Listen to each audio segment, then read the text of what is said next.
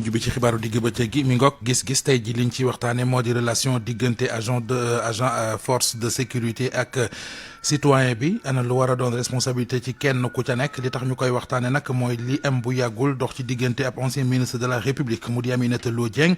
ak ay takk der jëm ci tuuma yu ñu gàll ci ndoddam ci ne daal da doon xëqanteeg ñoom ndax loolee war naa am ana nees di ku nekk di def ba loola bañ a am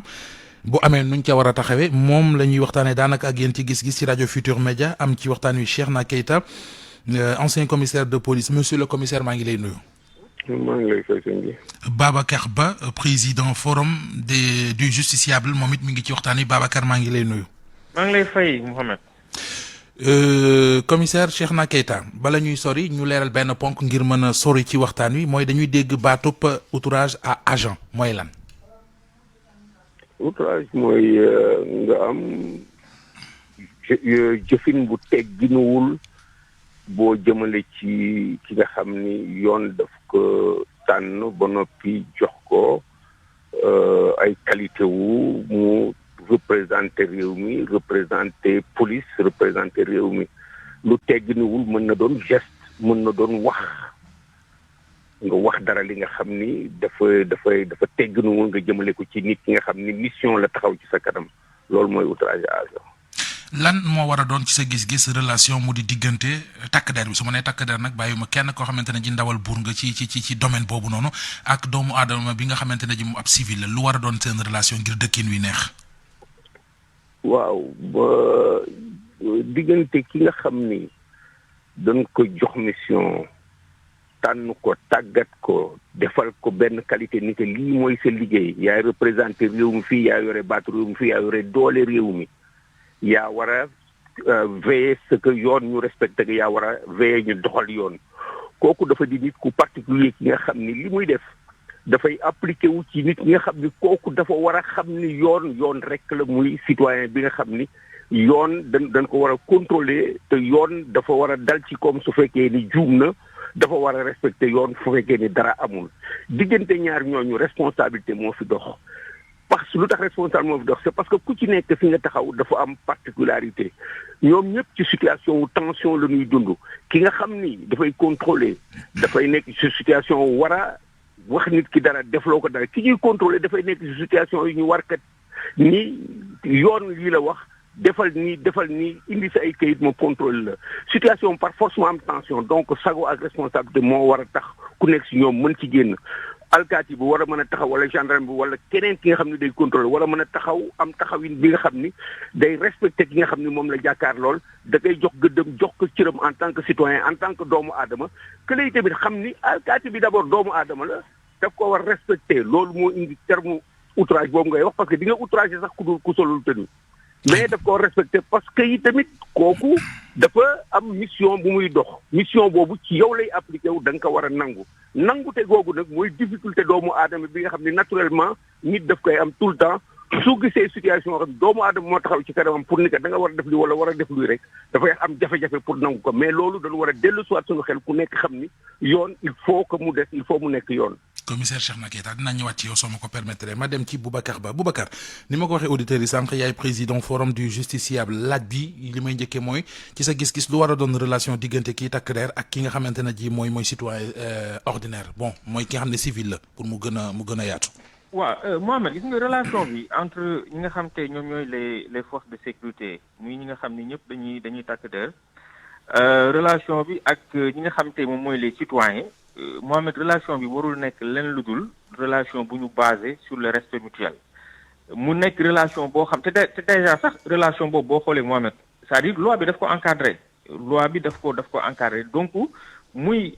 force de sécurité bi muy policier bi di citoyen bi ku nekk ci ñoom dafa am loo xam ne tey moom nga warloo ak yoon te damay faral di wax souvent que ni loi moom ñëpp la fi nekkal parce que boo gisee tey suñu code pénal ñu sanctionner le délit d'outrage à un agent commissaire léegi rappelé na lan mooy outrage maanaam xotti warma nit koo xam ni c'est un personnage boo xam ni dafa am ay mission officielle nekkal fi état bi nga am peut-être ci ay gestes wala ci comportement noo jëfee ak moom donc loolu bu ñu demee tey ba suñu législateur ba suñu code pénal indi ci ay sanctions c'est parce que ñoo ngi naan citoyen bi yow kat citoyen bis bu la policier wala boog gendarme ak ku mu mënti doon ci force de sécurité bu ñëwee ci yow di la contrôler wala mu ñëw ci yow di def liggéeyam dafa am comportement boo xam ni moom nga war a am comportement boobu nag boo ci dindee respect boo ci dindee loo xam ni cër la boo war a jox ki nga xam te mooy force de l'ordre bi foofu pratiquement dara du fa dara du fa des mais également vice versa parce que ni nga xamee ne tey citoyen bi ni ko loi tënkee force de l'ordre bi également noonu la ko loi tënkee je pense que ñoom aussi am na comportement boo xam ni moom la ñu war a am envers ñi nga xam te moom mooy attitude yi en fait les citoyens parce que déjà loolu aussi moo tax ñuy condamner li nga xam te moom mooy bavure policière donc ñaari parti yëpp seen relation kenn ku nekk ci ñoom dafa war a am un comportement responsable te ñun damay fay di wax souvent ñun les organisations de défense des droits de l'homme tey citoyens yi bu fekkente ni dañu bëgg a yombalal suñu liggéey ñoom aussi il faudrait que le plus souvent ñu am benn attitude bu responsable envers les forces de l'ordre mais tey policiers ñëw wala boog gendarme ñëw di def liggéeyam nga outragé ko yëkkati ay kàddu yoo xam ni kàddu yu ñagas la yëkkati ay kàddu yoo xam ni ku ko dégg franchement du rafet donc ñun dañuy gën a mettre mal à l'aise pour que ñun ñu mën a def suñu liggéey. donc mais Babacar am na ci ay domaines yoo xam ne bon ci ay yenn yoo xamante ne jiit citoyen moom mooy tooñ loolu moom amuñu ci werante ndax ndawal buur moom jàppee ko buur mais léeg-léeg it ñu gis ci ñoo xam ne maanaam la tax ñu leen di outragé ci ñoom la jugee. bëgguma joxe exemple mais gis nañ ci benn vidéo boo xamante ne ji ab alkaati moo tim benn waay dóor ko mbéj.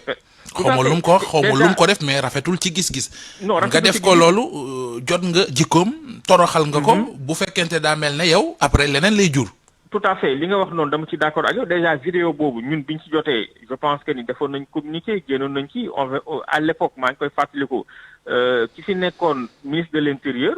dañ ko interpellé woon te je pense que am na ay mesures yoo xam ne jotoon nañ ko jëm ci waaju donc ñoom aussi moo tax sànq ma ni la c'est un respect mutuel. aussi bien li ñuy sàkkoo respect bi ci citoyen bi noonu la ñuy sàkkoo respect bi également ci les forces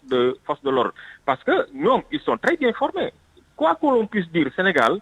nos hommes de tenue ils ont reçu une très belle formation donc ñoom xam nañ naka lañ mën a aborder un citoyen xam nañ naka lañ mën a def ba wax ak citoyen bi ba ñoom aussi citoyen bi dañ koy bàyyi ak dignitéem dañ koy bàyyi ak woromam parce que nit aussi nit la bu dee da nga ñëw xotti woromam bu dee da nga ñëw interpeller ko am noo waxee ak moom kooku aussi xëy na mën na réagir donc je pense que ni. très bien bala ngay sori ma jël ci xalaatu commissaire Cheikhna Keita commissaire.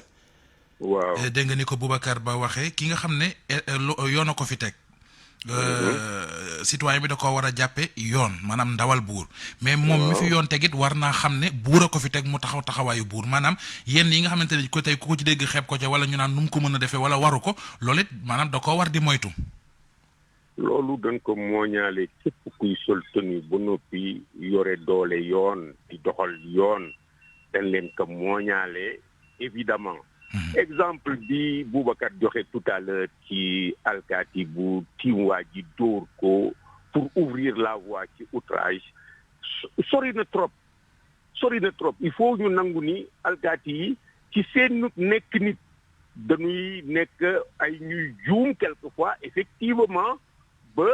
di ubbil buntu nit ci mu outragé leen ci benn geste négligence bi nga xam ni dañ koy am ci seen comportement eere tuuti rek am benn geste bi nga xam ni da ngay jot waa ji may ko buntu pour mu outragé la mais du tere ñu nekk dëgg ni effectivement dañ leen mooñaale ci loolu dañ leen mooñaale ci respecter nit ñi wax naa leen clairement que ni alkaati soo duggee ci commissariat premier geste bi ëpp valeur mooy teertu bi ñu war a teertu nit ñi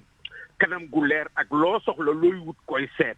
du loo soxla looy wut pour tiital la mais may la orma may la suffisamment d'ouverture pour nga mën a jàll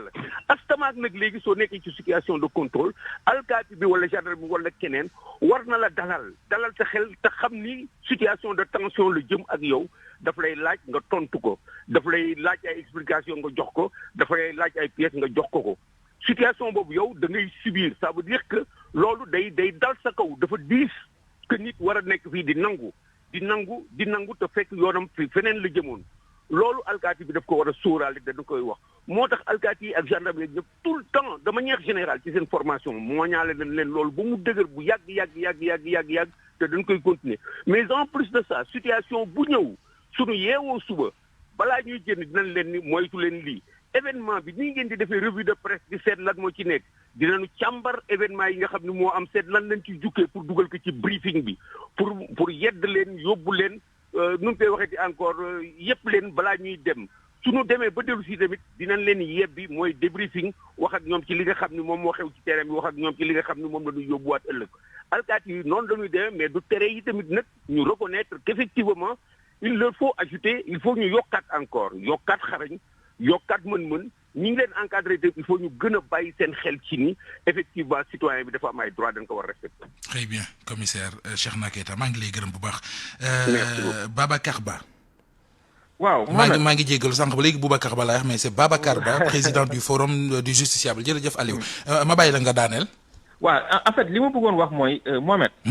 xam nga ñun aussi les organisations de défense des droits de l'homme ñun ñi nga xam ne dañuy yëngu ci ak yelleef je pense que ni dafay jaadu parfois également ñi ñu gën a insister ci li nga xam tey moom mooy aspect préventif bi. parce que li tax may wax loolu mooy que ni xam nga tey nit bu dee parce que man ñi ma mën a waxal tey mooy les citoyens ñi nga xam ne tey bu leen yoon tegee loxo ñun dañuy yëg dañuy wàcc donc ñooy génn ñooy def communiqué ñun pratiquement ñun ñooy doon seen làmmiñ donc ñooñu aussi li ñu leen di faral di wax mooy que ni li ñu leen mën a jàppale mooy ñu jouer benn rôle préventif di leen wax que ni nañu xam ni que les forces de l'ordre ñiy takk der les forces de sécurité ñooñu li ñuy def seen liggéey la donc ñun également dañu war a am benn attitude bu responsable attitude boo xam ni tey duñu leen manquer respect attitude boo xam ni ñi nga xam te ñoom ñooy force de l'ordre yi bu ñuy ñëw di def seen contrôle wala ñu interpeller ñu nañu am attitude boo xam ni dafay responsable boobu ëllëg ci biiree ñoom duñu leen joxoñ parce que tey